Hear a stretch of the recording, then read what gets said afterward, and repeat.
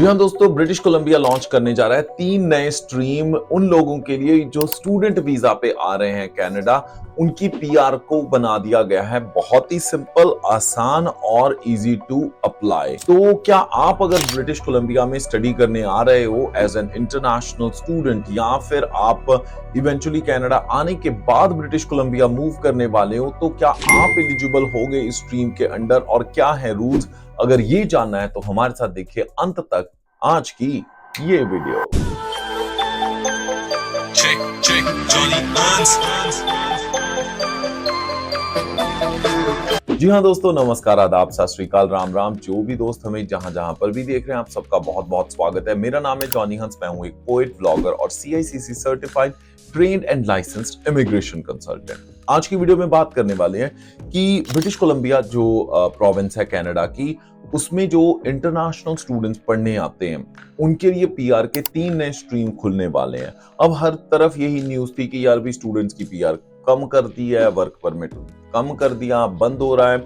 इस सारी नेगेटिविटी के अराउंड सबसे अच्छी खबर जो आ रही है वो है इस वक्त ब्रिटिश कोलंबिया थे और वो खोल रहे हैं 3 डिफरेंट स्ट्रीम्स इंटरनेशनल स्टूडेंट्स जो यहां से स्टडी करेंगे। सबसे पहला उन्होंने स्ट्रीम की बात की है वो है बैचलर डिग्री स्ट्रीम। जी हाँ, जो इंटरनेशनल स्टूडेंट्स बैचलर डिग्री करेंगे अप्रूव्ड इंस्टीट्यूशन से, ज्यादातर जो मेजरली यूनिवर्सिटीज हैं उनमें ही बैचलर डिग्री पाई जाती है।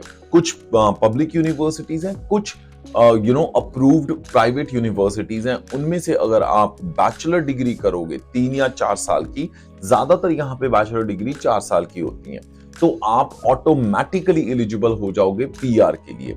उसके साथ साथ आपको क्या रिक्वायरमेंट होगी? बैचलर डिग्री वाले प्रोग्राम में जो स्ट्रीम है उसमें आपको स्टडी कंप्लीट करने के बाद आपके पास जॉब ऑफर होना जरूरी है, यानी ब्रिटिश कोलंबिया में आपके पास काम होना जरूरी है। और वो जो जॉब ऑफर है वो फुल टाइम और इनडिटर्मिनेट होना चाहिए, जिसका मतलब कि कोई एंड डेट नहीं होती। तो ऐसा जॉब ऑफर आपके पास होना चाहिए, तो ऑटोमेटिकली आप एलिजिबल हैं अपनी पीआर की फाइल लगाने के लिए। इसकी एक्चुअली प्रोग्राम की जो फाइल्स लेनी शुरू करेंगे वो जनवरी 2025 में शुरू करेंगे। तो मतलब आने वाले हफ्तों में और क्लैरिटी आएगी इस चीज को लेकर। उसके साथ साथ अब बहुत सारे दोस्तों का सवाल ये भी होगा कि भाई इंग्लिश की लैंग्वेज स्किल्स क्या है, या फ्रेंच की जो लैंग्वेज स्किल्स हैं वो क्या होगी। इस केस में जो CLB रिक्वायरमेंट है वो 8 है।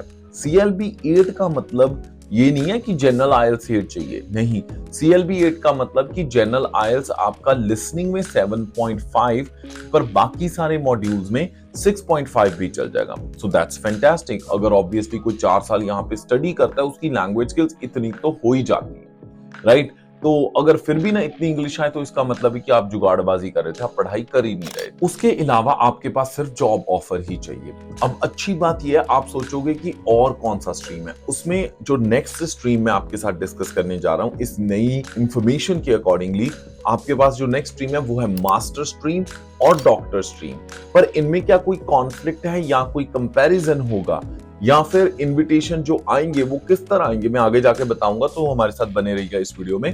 अब बात करते हैं कि दूसरा स्ट्रीम जो है, दूसरा स्ट्रीम है मास्टर स्ट्रीम। मास्टर स्ट्रीम में क्या होगा कि अगर आपने मास्टर्स डिग्री की है, चाहे वो 1 ईयर की डिग्री है चाहे वो 2 ईयर की है, दैट डज नॉट मैटर। मैं अभी भी दोबारा आपके साथ कंफर्म कर देता हूं कि जो मास्टर्स की है वो आपके पास 1 ईयर की भी चल जाएगी डिग्री, डज नॉट मैटर। कुछ क्योंकि यूनिवर्सिटीज में 1 साल की होती है मास्टर्स, कुछ मास्टर्स की डिग्री 2 साल की होती है। अगर आपने मास्टर्स कंप्लीट किया है और कंप्लीट करने के बाद आपके पास एक जॉब ऑफर है ब्रिटिश कोलंबिया के एम्प्लॉयर का। अब बहुत सारे लोगों को ये कंफ्यूजन होगी कि क्या LMIA चाहिए? नहीं, LMIA नहीं चाहिए, सिंपल जॉब ऑफर चाहिए काम करने के लिए। क्या कुछ महीनों का एक्सपीरियंस चाहिए? अगर ये क्वेश्चन है तो मैं ये भी बता दूं, जी नहीं, कितने भी महीनों का एक्सपीरियंस नहीं चाहिए। मास्टर्स डिग्री कंप्लीट करने के बाद आपके पास सिर्फ जॉब ऑफर होना चाहिए। और जैसे पहले कहा कि CLB लेवल 8 आपको चाहिए इस केस में भी। और आपका जॉब ऑफर जो है वो फुल टाइम और इनडिटर्मिनेट होना चाहिए। अगर आपके पास जॉब ऑफर है और तो आप एलिजिबल हैं अपनी पीआर लगाने। अब कुछ दोस्तों का सवाल आएगा कि क्या वो जॉब ऑफर उसी फील्ड का होना चाहिए या किसी दूसरे फील्ड का भी चल जाएगा? तो ये भी मैं एंड में कंपैरिजन के साथ आपको आंसर कर दूंगा क्वेश्चन की जो जॉब ऑफर है कौन से फील्ड का होना चाहिए। अब चलते हैं, तीसरा जो स्ट्रीम है वो है इनका पीएचडी वाला, यानी जो डॉक्टरेट की डिग्री करते हैं, जिन्होंने पीएचडी की डिग्रीज की हुई हैं ब्रिटिश कोलंबिया की अप्रूव्ड इंस्टीट्यूशन जो कि यूनिवर्सिटीज हैं, उनसे अगर आप पीएचडी करते हो तो आप डायरेक्टली एलिजिबल हो अपनी पीआर अप्लाई करने के लिए। इस केस में आपको जॉब ऑफर की रिक्वायरमेंट नहीं है। अगर आपके पास जॉब ऑफर नहीं भी है तब भी आप अपनी पीआर लगा सकते हो, जैसे ही आप अपनी स्टडी कंप्लीट करोगे पीएचडी की। बट हाँ, इस केस में आपका लैंग्वेज रिक्वायरमेंट जरूर रहेगा, जो कि सीएलबी लेवल 8 है, जो कि हम ऑलरेडी मैं डिस्कस कर चुका हूं। अब अगर हम कंपेयर करें इन तीनों स्ट्रीम्स को, क्योंकि ब्रिटिश कोलंबिया ने कुछ चीजें तो आगे जाके क्लियर करनी है, पर एक चीज उन्होंने पहले ही क्लियर कर दी है कि जो बैचलर वाले हैं उनके जो कंपटीशन होगा, मतलब कितने लोगों को देंगे, ये नहीं कि जितने के जितने स्टूडेंट्स कंप्लीट करेंगे सबको ही इनविटेशन आ जाएगा, नहीं।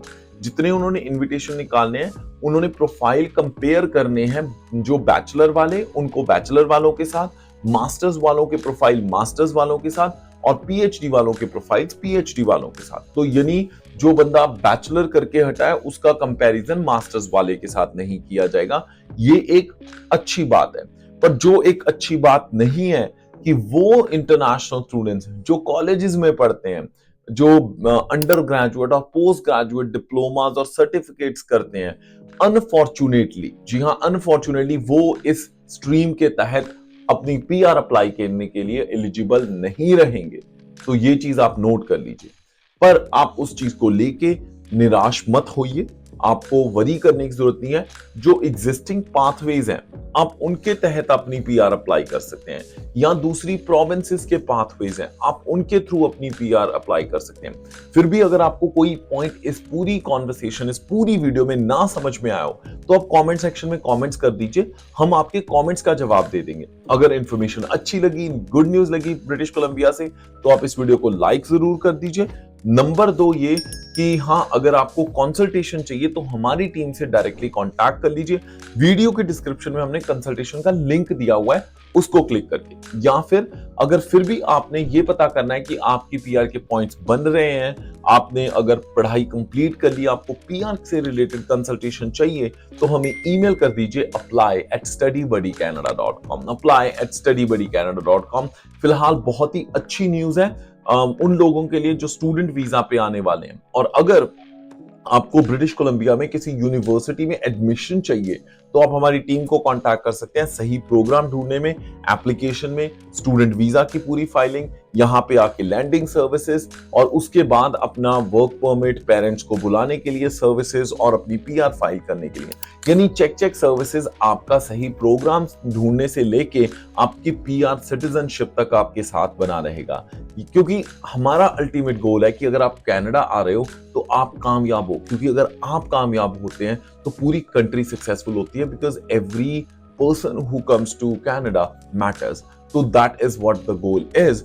बाकी आपको कंटेंट कैसा लगा बताइएगा जरूर, अपने व्यूज वीडियो के नीचे कमेंट सेक्शन में कमेंट्स करके। पर जाते जाते एक बात बता दूं, अगर कनाडा में स्टडी करने आना है किसी कॉलेज यूनिवर्सिटीज में, तो ईमेल हमें कीजिए apply@checkcheckservices.com, apply@checkcheckservices.com। With in 6 to 8 hours आपको रिस्पॉन्स आ जाएगा। इसी के साथ फिलहाल लेना इजाजत। हंसदे मुस्कुराते रहो जी, रब रखा।